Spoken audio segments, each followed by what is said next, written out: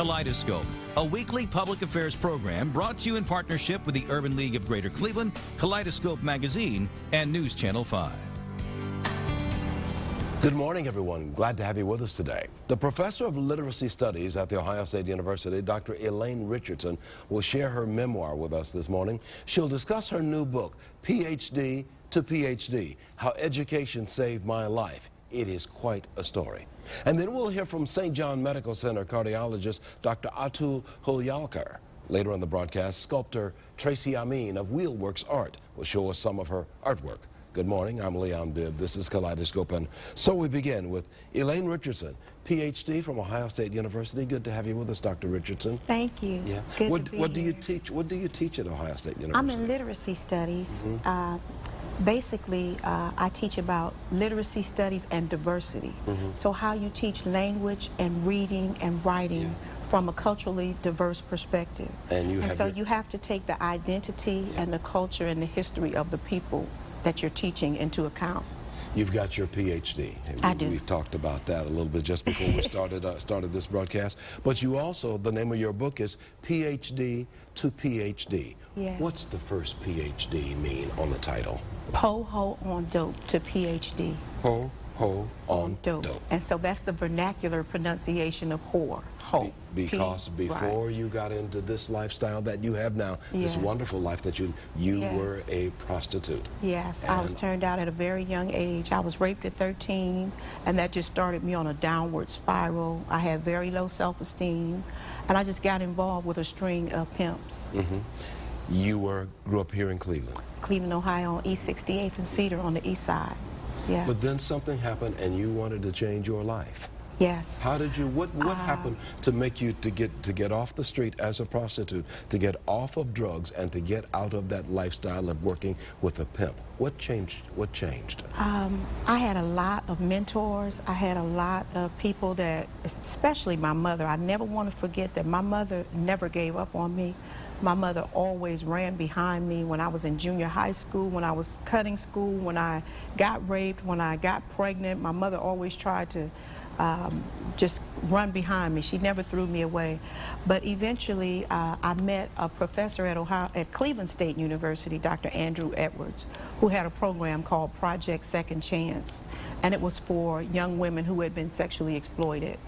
And I was getting out of the Justice Center one day, and I saw a flyer that talked about this program, Project Second Chance. And so he was one of the people that sold into my life.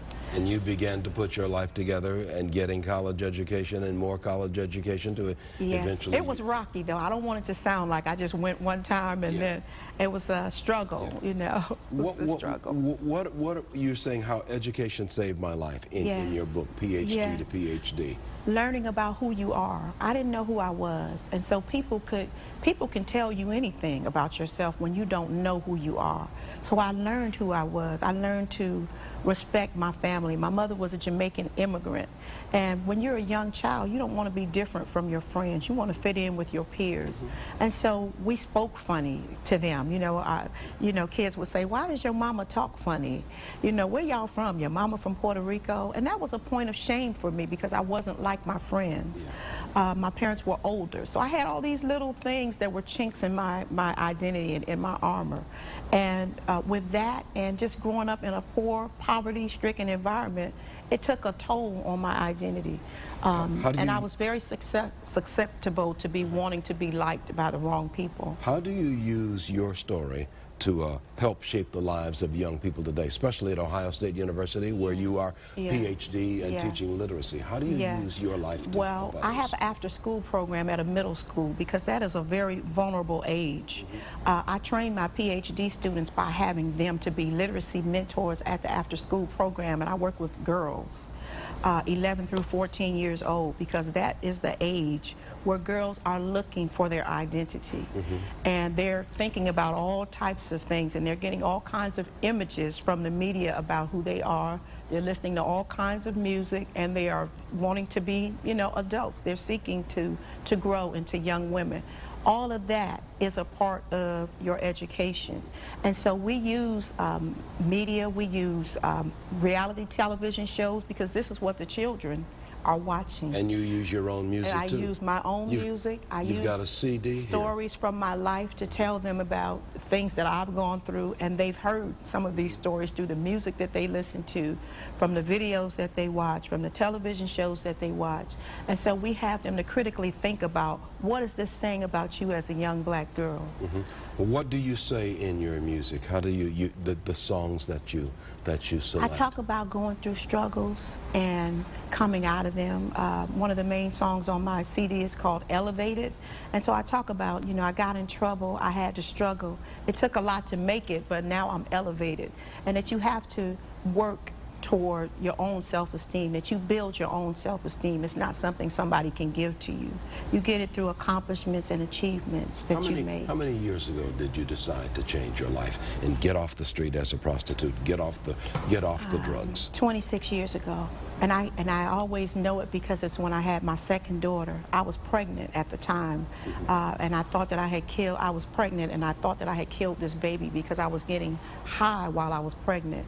And I called the ambulance on myself, and I wanted them to take me to the hospital to get what I thought was a dead baby out of me. And I went to the hospital, and my baby was not dead.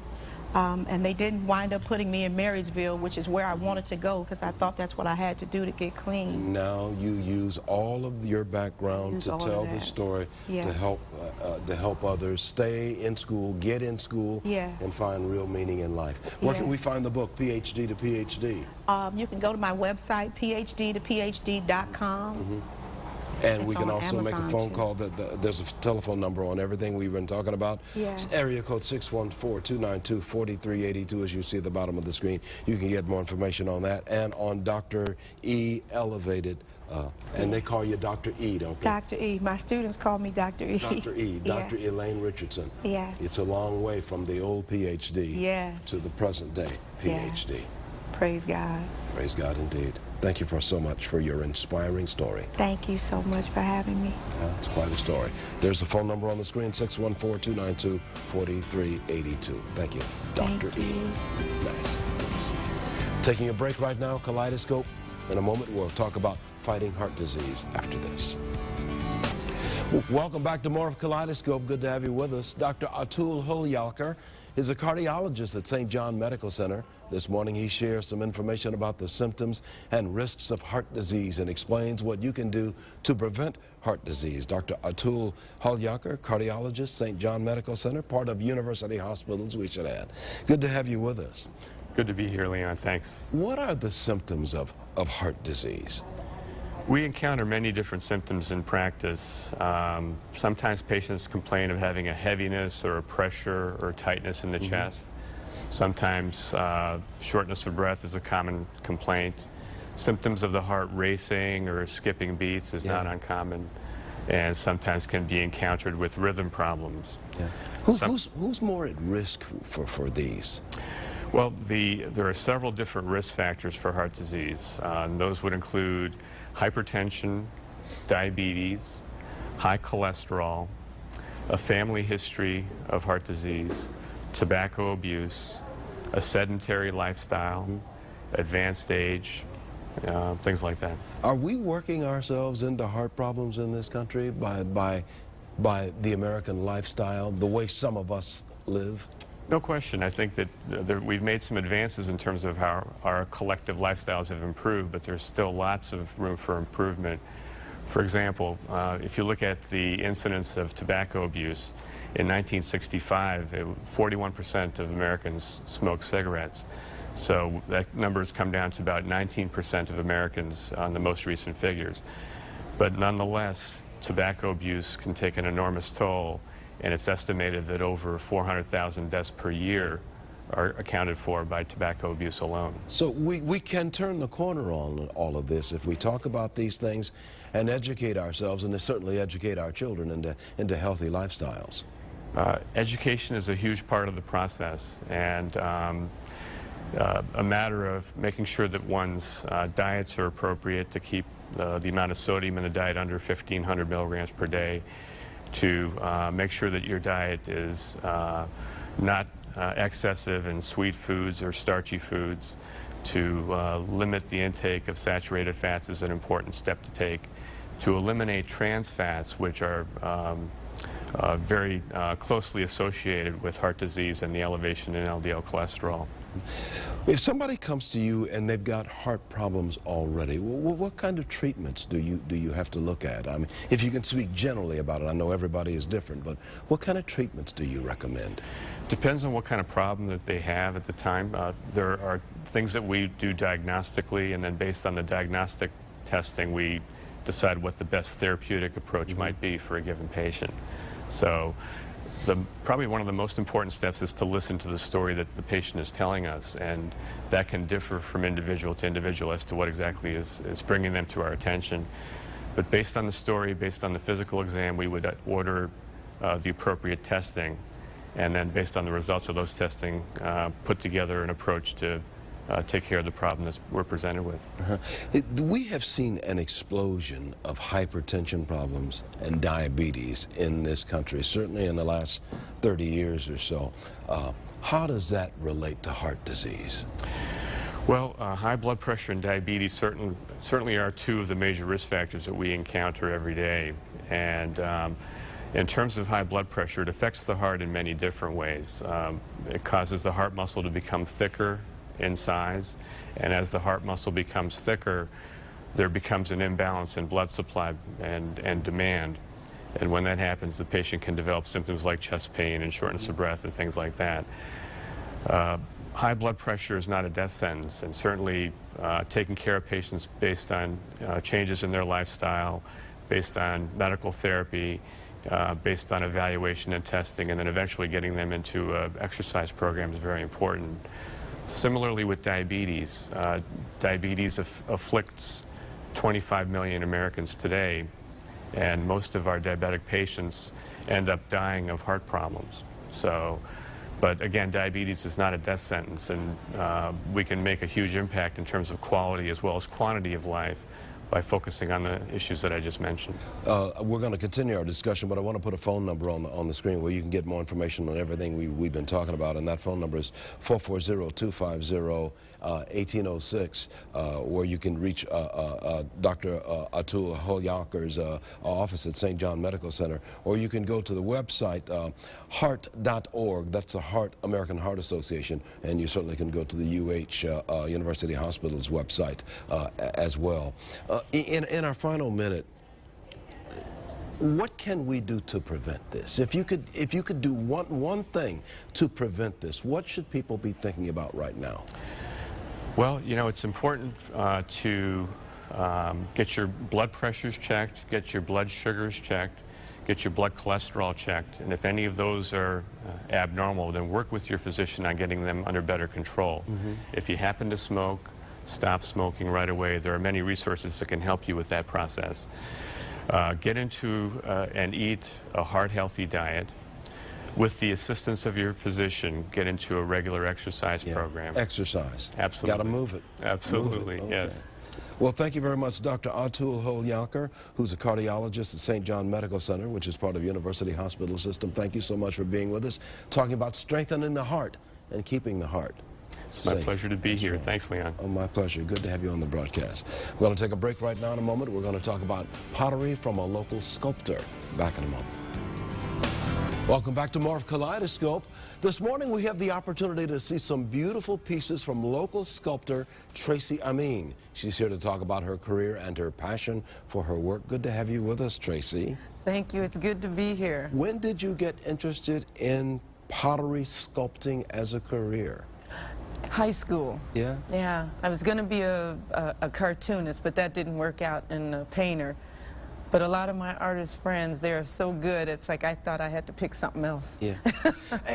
and I'm told, and we're going to take a close look at some of the things that you brought with us. I understand you've developed a 13th century technique of what's called double wall pottery. What is that? It's a 13th century art form. There's two walls with an intervening space, and you pull one piece of clay up, you separate it, pull it up, and then reattach it at the top end.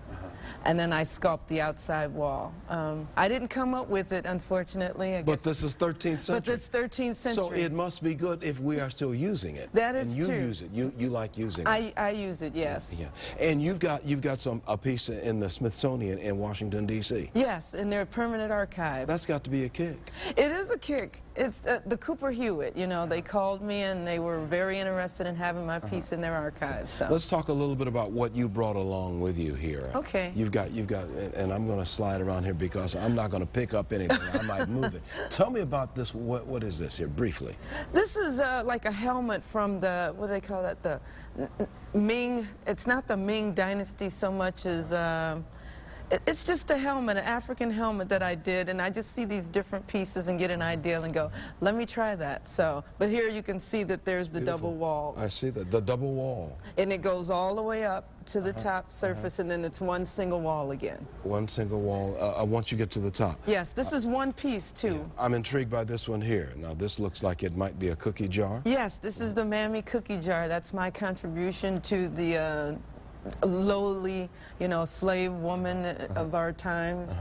And this is all one, all? No, this is two pieces. There's the lid. You take it, I know. you take the top up and So it's an actual cookie jar, not that you would want to use it for that.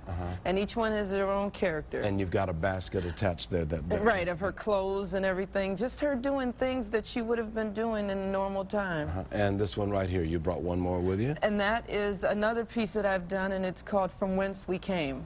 You know, and it's just, again, it's the double wall with the African faces or the native faces, you know, coming out of the woods. Two walls of Exactly. clay going up together, just like this. Yes. So it's double wall. So the clay is a thicker piece where it's split in half, and then I bring up each wall separate, and then reattach it at the top. That way you've got the functional inner wall, and the outer wall is still pierced and can be decorated. Your poetry, you try to tell a story in your artwork, don't you? Yes, yes. Each piece has a story.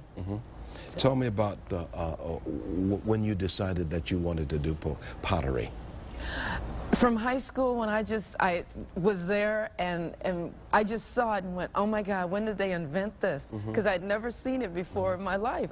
You know? Something else we want to bring up. You've got a book that you brought along with you also. Yes. And, it's a book just depicting a lot of your poetry inside. It's just a wonderful, wonderful book with photographs of a lot of your work. Just hundreds of pieces of your pottery in here, double wall kind of things, and just beautiful stuff. I know I'm kind of. Yeah, no, it's just it's a series of, you know, everything that I've done from the moment I've started and collected. And most of these pieces, of course, I do not own. You know, other people have them now. There's going to be a benefit for you on September the 14th, and that benefit is going to help you because you suffer from lupus. Lupus, the disease lupus. Yes, it makes my hands, you know, makes me tired. It tears my hands apart of all things, you know. But that's all right. So far, it's working for me. My friends have put this together to help save me. They are wonderful people. And I can tell you that this benefit, and you will be there along with a lot of your poetry. They're making me come. Well, you should be there after all. And a lot of it's for sale, too. You'll have things for sale. Yes. But it will benefit you because sometimes you need a little help because you suffer from lupus, as you said. Right. It's going to be Saturday, September the 14th at 4 o'clock at Chagrin Falls Park Community Center, which is in Chagrin Falls. You get to Chagrin Falls, everybody knows where Chagrin Falls Community Center. It's not that big of a village, so you can find it right in the heart of town. Right in the heart of town. Just a mile or so away from the heart of town. Yeah, and tickets are $25 a person. Chagrin Falls Community Center, Chagrin Falls Park Community Center, September the 14th, starts at 4 o'clock and goes for the next 2.5 hours. And tickets are $25, and it all benefits Tracy Amin, so you can continue to do this kind of work. Yes, sure to make you have a great time and hope you're pleased with my artwork. It must be a kick in our final 30 seconds to have a piece in the Smithsonian and to be acclaimed as you have been acclaimed, Tracy. I've tried my darndest and to put out, I don't know what you might call, something that makes people feel heartfelt about everything. Where can we find some of this now? There's a gallery, Pinello Gallery, and also River Street Gallery. Just all over? There's just a couple of places. Usually people find me, I hide. Okay. There's a phone number on the screen. You can find Tracy that way, 440-709-6045, or you can go to wheelworksart.com. Correct. Wheelworksart.com. You can find out all of this information about Tracy Amin and her beautiful work. Yes. Good to have you on the broadcast. Thank you so very much. My pleasure. Good to have all of this art, too. Taking a break right now. In a moment, the Morning Exchange with Marsha Maccabee of the Urban League after this. Time now for the Morning Exchange segment. That means Marsha Maccabee, the Urban League of Greater Cleveland, is here with thoughts that she brings with us all the time. Thank you, Leon. Glad to have some more great information to share with everyone today. You know, it's been a really exciting 2 weeks over the last 2 weeks. We had the opportunity to speak at the City Club this past week, and on just last evening we had a chance to honor you and 5 other outstanding men of distinction at John Carroll University, and had a great time there. So it's been an outstanding week, and as I reflect on it, it really is about this great community that we live in. The community has embraced the Urban League of Greater Cleveland. It's given us the opportunity to really serve more and more in the community, and we're just so grateful that we have a chance to be on different platforms that we hadn't had a chance to be on before, and that we've had a chance to acknowledge great other people who are doing great things in the city. So it's just been a really outstanding week, and I'm so glad to have shared so much of it with you. Well, I deeply appreciative of anything that the Urban League does. I mean, everything you do, and you give me an award, and thank you so much. I mean, I just do what I do, but thank you so much. Were it not for the Urban League, I don't know where we as a people and we as a community would be, because your organization has been out there for 100 years doing the right thing. Well, it's certainly been part of our mission to make sure we open doors of access, and that we must continue to do into the 21st century, because the landscape is different, but there are still many issues that are blocking where we can go and what we can do, and the Urban League is going to still be there to make sure we're addressing those issues. Thank you for what you do. This is a wonderful woman here as president of the Urban League of Greater Cleveland. Many thanks for what you do. Thank you. That's going to do it for us. We're running a little bit late. Take care, everybody. So long.